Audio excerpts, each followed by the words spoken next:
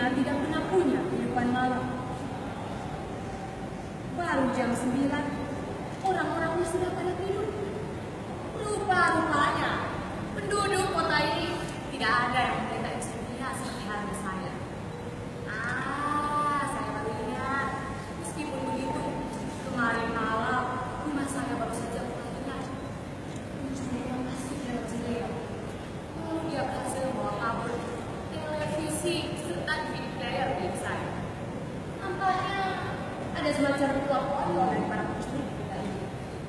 Kalau mereka berhasil mencuri, maka mereka akan meninggalkan pejanya di bawah jendela. Tapi saya tidak marah, malah dengan hati-hati saya akan mengangkat ampas pada itu dan meletakkannya ke dalam sebuah kotak besar yang sudah saya tanam cabai. Mampus, biar batangnya panas. Ya, tapi saya masih beruntung karena laptop saya ini tidak ikut di bawah. Jadi saya masih bisa chatting atau menonton film sepak bola favorit saya. Tunggu sebentar ya.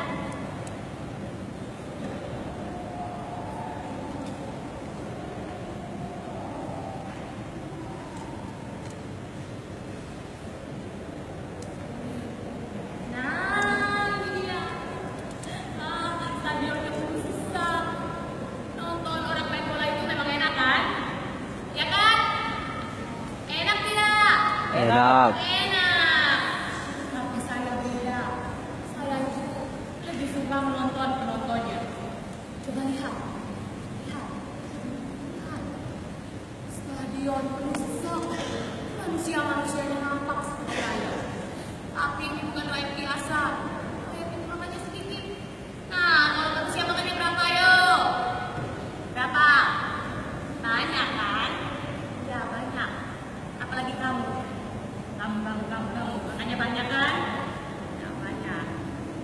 Karena dalam sehari satu orang itu makan 1 kilogram beras. Dan dalam stadion yang penuh sesak itu ada 1.000 orang. Jadi dalam sehari 1 ton beras habis. Dan dalam setahun ribuan ton beras habis. Apalagi penontonnya orang kota seperti Anda ini. Mana mungkin Anda berprofesi sebagai petani. Jadi sebenarnya orang-orang kota itu hutang banyak pada para petani yang tidak pernah bisa mereka bayar. Banyak yang bilang bangsa kita ini adalah bangsa yang beriman. Iman bisa jadi kuat karena cinta kasih. Selanjutnya, iman dan cinta kasih itu bisa jadi kuat karena kerja. Tapi kerja apa? Maling yang kemarin itu kerjakan koruptor, ngabisin duit rakyat, foya-foya. Itu juga kerja, tapi itu kerja yang tidak etis. Makanya kata kakak mahasiswa, adik mahasiswa, kalau udah gede nanti jangan mau jadi maling, apalagi maling duit rakyat. Kerja tidak etis. Kerja yang etis itu adalah kerja yang dapat mengumpulkan maksimum setiap individu. Bangsa kita ini sudah berapa tahun merdeka? Ada yang tahu? Sudah berapa? Sudah berapa tahun merdeka? Masa tidak ada yang tahu? Sudah 71 tahun. Tapi apa sudah terpenuhi kebutuhan maksimum setiap individu?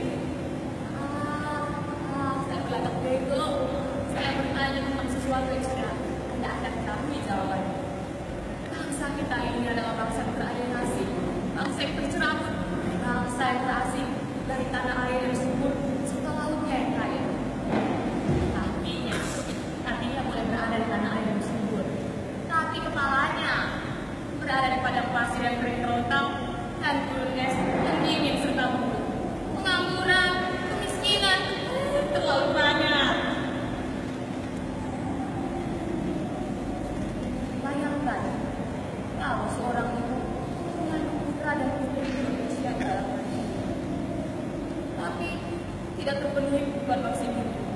Pertama dia cuma makan jagung, ubi, serta ikan asin, lalu berlari-lari dan berteriak karena warungnya digusur, rumahnya dibongkar, rambutnya dijamal, dia ditampar oleh suaminya, ditendang ke kanan kemari, lalu dia lari-lari sambil minta tolong, tolong saya deh, bekerja apa dong? Saya deh.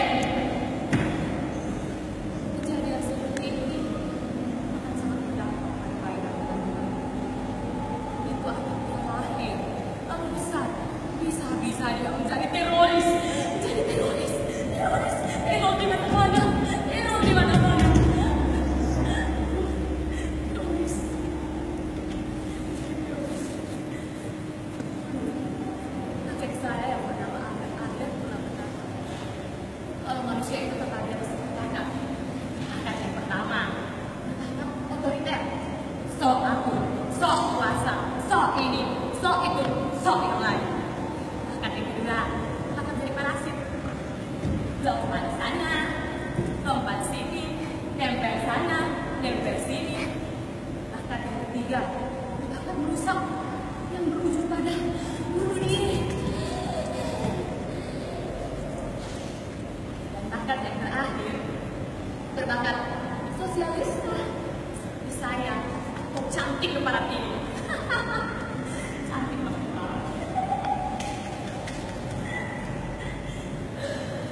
Kalau dipikir anak muda zaman sekarang begitu menawarkan sekolahnya dari perguruan tinggi, kita malah bisa perguruan barat.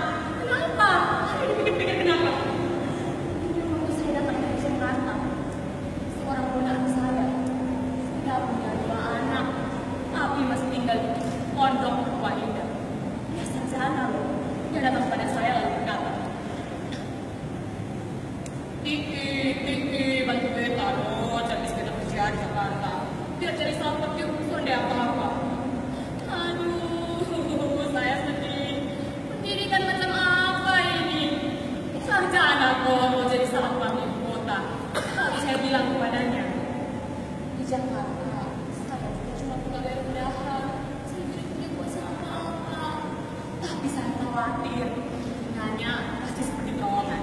Masuk kanan, keluar kiri, masuk kiri, keluar kanan, kiri kanan, kiri kanan, kiri kanan, kiri kanan. Kiri kanan, nggak jelas.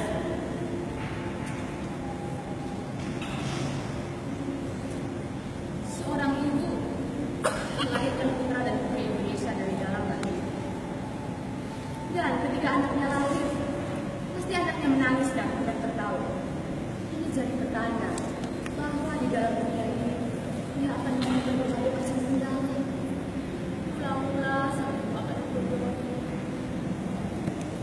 Dia sendiri akan menemukan masa. Akhirnya berlalu.